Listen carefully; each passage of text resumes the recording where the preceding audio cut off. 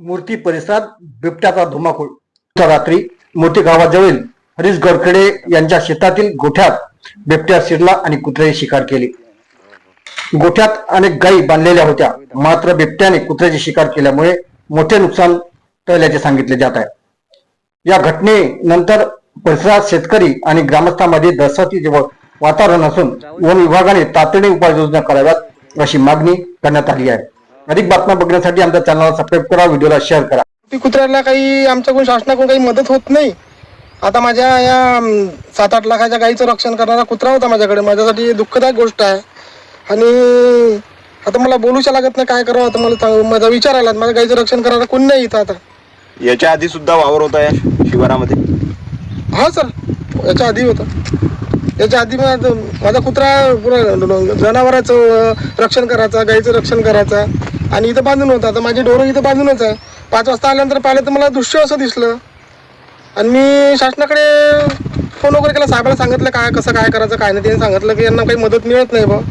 माझं म्हणणं आहे का ते असं जर असं नेहमी घडत राहिलं तर कास्तकारानं काय करावं, आपले जनावर कुठं ठेवा, काय करावं. हा तुमचा पाळीव कुत्रा होता ना रक्षण करणार? हा माझा पाळीव कुत्रा होता. लहानसा बच्चा होता, तो पण त्याला मोठा केला मी. आता 3 वर्ष शेतात राहायचा.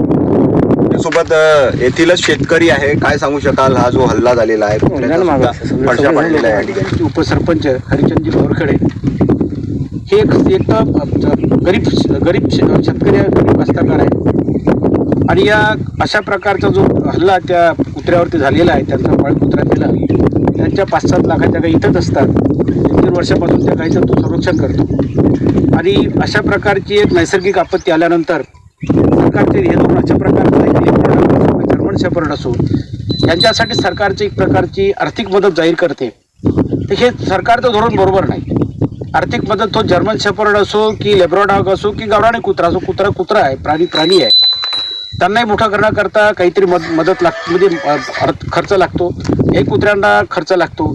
तर सरकारला सरसकट अशा प्रकारची जर एखादी नैसर्गिक आपत्ती घडली तर सरसकट कास्तकारांना ज्या प्रकारची फुलाची पाकळी मदत करून त्यांच्या आर्थिक उन्नतीत थोडासा हातभार लावावा अशा प्रकारचे सरकारकडे आमची एक नितांत एक मागणी आहे.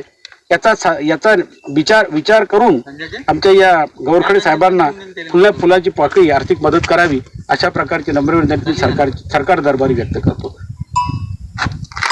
तर आपण बघू शकतो या ठिकाणी दृश्यांमध्ये 5 लाख रुपयापेक्षा जास्तचं या ठिकाणी पशुधन आहे आणि याच पशुधनाचं रक्षण करण्यासाठी हा जो पाळीव कुत्रा होता याचा या ठिकाणी फडशा पाडलेला आहे. शेतकऱ्याकडनं मागणी आहे की आम्हाला काहीतरी आर्थिक मदत करावी आणि वन विभाग जो आहे वाघाचा आपला या बंदोबस्त झाला पाहिजे आणि संरक्षण या ठिकाणी मिळालं पाहिजे अशी मागणी शेतकऱ्यांची आहे. विदर्भ दर्पण न्यूज तर्फे रितेश सिंगारे, काटोल.